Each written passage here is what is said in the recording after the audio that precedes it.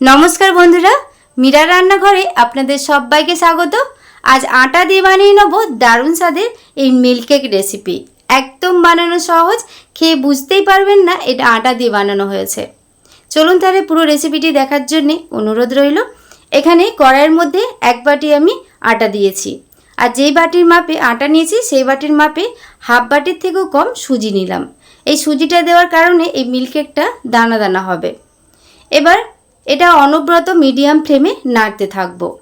পুরো রেসিপিটি আপনারা দেখতে থাকুন, আর এই রেসিপিটা বানিয়ে আপনারা কয়েকদিন স্টোর করে খেতে পারবেন। নাড়তে নাড়তে একটু যখন কালারটাও চেঞ্জ হয়ে আসবে আর একটা সুন্দর গন্ধ আসবে, এই সময় দিয়ে দেবো ঘি। ঘিটা আমি এখানে 4 চামচ ব্যবহার করছি, আপনারা কমিয়ে বাড়িয়ে নিতে পারেন। তারপর আবারও ওই মিডিয়াম ফ্লেমে অনবরত নাড়তে থাকবো। আমার চ্যানেলে আপনি যদি নতুন হয়ে থাকেন প্লিজ আমার চ্যানেলটি সাবস্ক্রাইব করবেন, আর পাশে থাকা বেল আইকনটা পুশ করে দেবেন আমার নতুন ভিডিও পাওয়ার জন্যে। এটা নাড়তে নাড়তে কালারটা চেঞ্জ হয়ে গেছে, এটা নামিয়ে রাখবো। ওই একই কড়াইয়ের মধ্যে দিয়ে দেবো হাফ বাটির থেকে একটু বেশি চিনি দিয়ে দিলাম। এবার চিনিটা এখন নাড়াচাড়া করব না, চিনিটা সম্পূর্ণ গ্যাসের ফ্লেমটা লো ফ্লেমে করে এটা আমি গলতে দেবো। যখন চিনিটা এরকম ভাব গলে আসবে তখন নাড়াচাড়া করে নিচ্ছি, আর এটা ক্যারামেল বানিয়ে নিচ্ছি। আর ক্যারামেলটা পুরোপুরি গলাবো না, দেখুন একটু দানা দানা থাকবে। এবার এই সময় দিয়ে দেবো হাফ বাটি থেকে একটু বেশি জল দিলাম, যতটা আমি চিনি ব্যবহার করেছি ততটা জল দিলাম।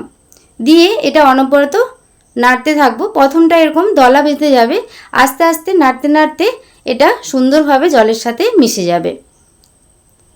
ফেসবুক পেজ থেকে যদি আপনারা দেখে থাকেন প্লিজ আমার ফেসবুক পেজটা ফলো করে দেবেন, ফলো করে আমার পাশে থাকবেন। এটা নাড়তে নাড়তে ভালো করে মিশিয়ে নেওয়ার পর তারপরে দিয়ে দেবো ভেজে নেওয়া সুজি আটার মিশ্রণটা দিয়ে দিলাম। এবার মিডিয়াম ফ্লেমে এটা অনবরত আবারও নাড়তে থাকবো, আর পুরো রেসিপিটা হবে লো টু মিডিয়াম ফ্লেমেই। নাড়তে নাড়তে এর মধ্যে দিয়ে দেবো আরও এর স্বাদ বাড়ানোর জন্য গুঁড়ো দুধ। যেহেতু এটা মিল্ক মানে কেক বানাচ্ছি তার জন্যে দুধ তো লাগবেই, তার জন্য গুঁড়ো দুধ দিলাম আর এলাচ গুঁড়ো দিলাম অল্প, দিয়ে আবারও ভালো করে মিশিয়ে নিচ্ছি। এই সময় গ্যাসের ফ্লেমটা একদমই লো ফ্লেমে করে দিতে হবে। এবার ভালো করে এটাকে মিশিয়ে নিচ্ছি। রেসিপিটি ভালো লেগে থাকলে প্লিজ একটি লাইক কমেন্ট শেয়ার করবেন। নাড়তে নাড়তে 1 চামচ ঘি দিয়ে দিলাম, ঘি দিয়ে আবারও ভালো করে মিশিয়ে নিচ্ছি। এই ঘি দেওয়ার কারণে কড়া থেকে ব্যাটারটা ছেড়ে আসবে। এরকম দলাভাব যখন চলে আসবে এবার গ্যাসের ফ্লেমটা আমি অফ করে দেবো। অফ করে কয়েকবার আবারও নেড়ে নিচ্ছি।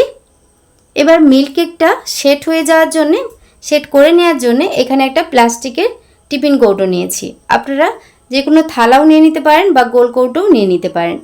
তারপর একটা পেপারের মধ্যে তেল ব্রাশ করে নিয়েছি, আপনারা বাটার পেপারও ব্যবহার করতে পারেন। তারপর গরম অবস্থায় ডোটাকে দিয়ে এইভাবে চারদিকটা ছড়িয়ে সমান করে নিচ্ছি। এবার পুরোপুরি এটাকে আমি ঠান্ডা করে নেব, কোনো রকম ফ্রিজে রাখবো না, শুধু ঠান্ডা করে এটা দেখাচ্ছি। দেখুন সুন্দরভাবে সেট হয়ে গেছে। এবার পেপারটাকে ধরে সাবধানে তুলে নেব, সহজে উঠে এলো দেখুন। এবার কেটে নিচ্ছি। আজকের এই রেসিপিটি আপনাদের কেমন লাগলো অবশ্যই কমেন্ট করে জানাবেন। এইভাবে আমি কেটে নিচ্ছি। আপনারা চাইলে একটু বেশি করে বানিয়ে আপনারা থালার মধ্যেও সেট করে নিতে পারেন, বরফির আকারে কেটে নিতে পারেন। খেতে কিন্তু দারুণ স্বাদের হয়, আপনারা বাড়িতে একবার হলেও বানিয়ে দেখবেন। অতটা ঝুট ঝামেলাও নেই, হাতের কাছে সব কিছু জিনিসই পেয়ে যাবেন। দেখুন কত সুন্দর হয়েছে। আটা দিয়ে বানিয়ে নিলাম দারুণ স্বাদের এই মিল্ক কেক রেসিপি, খেয়ে বুঝতেই পারবেন না এটা আটা দিয়ে বানানো হয়েছে। আজকের এই রেসিপিটি আপনাদের কেমন লাগলো অবশ্যই কমেন্ট করে জানাবেন। রেসিপিটি ভালো লেগে থাকলে প্লিজ একটি লাইক কমেন্ট শেয়ার করবেন। এরকম ছোট ছোট করে কোনো কৌটোর মধ্যে রেখে দিতে পারেন। আজকের মতো রেসিপিটি এ পর্যন্তই। সবাই ভালো থাকবেন, সুস্থ থাকবেন, ধন্যবাদ।